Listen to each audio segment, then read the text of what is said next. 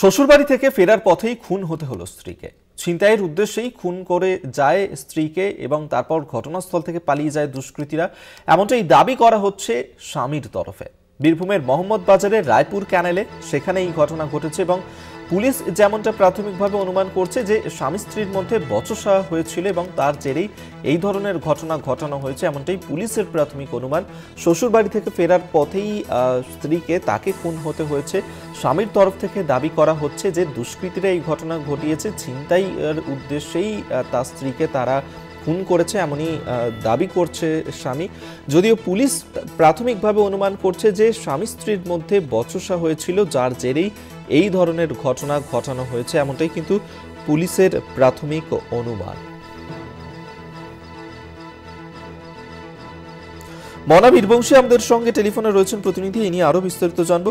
মনা, কি ঘটনা ঘটেছে, এখনো পর্যন্ত পুলিশের তরফ থেকে কি বলা হচ্ছে? জানতে পারছি যে বীরভূমে মোহাম্মদ বাজার থানার অন্তর্গত হিংলো গ্রামের বাসিন্দা হচ্ছে সন্দীপ দাস।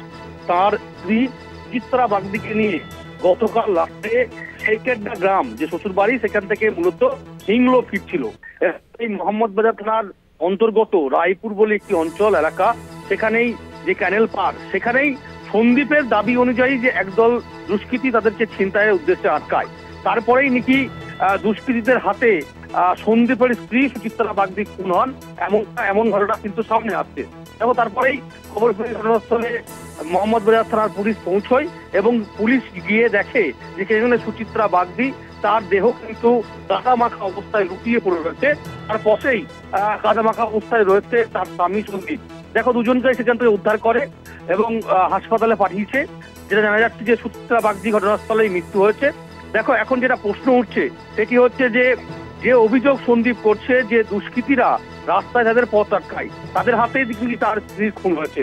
এটা কি একেবারেই সঠিক, নাকি অন্য কোনো কারণ রয়েছে? স্বামী স্ত্রীর মধ্যেই কোনো দ্বন্দ্ব রয়েছে কিনা, গন্ডগোল রয়েছে কিনা? কারণ স্বামীও সেখানে কাদামাখা অবস্থায় ছিল।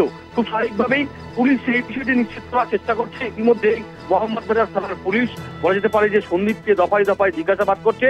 তবে অবশ্যই মোহাম্মদ বাজার, তুমি বুঝতে পারছো যে সেই এলাকায় এ ধরনের ঘটনায় গতকালকে রাত্রে একজন খুন হয়ে গেল। খুব স্বাভাবিকভাবেই এই ধরনের ঘটনায় রীতিপ্রতিষ্ঠিত এলাকাতে চাঞ্চল্যকর পরিস্থিতি তৈরি হয়েছে, সেটা কিন্তু বলা যেতে পারে। ধন্যবাদ তোমায় মনা বীরবংশী, আমাদের সঙ্গে টেলিফোনে ছিলেন প্রতিনিধি।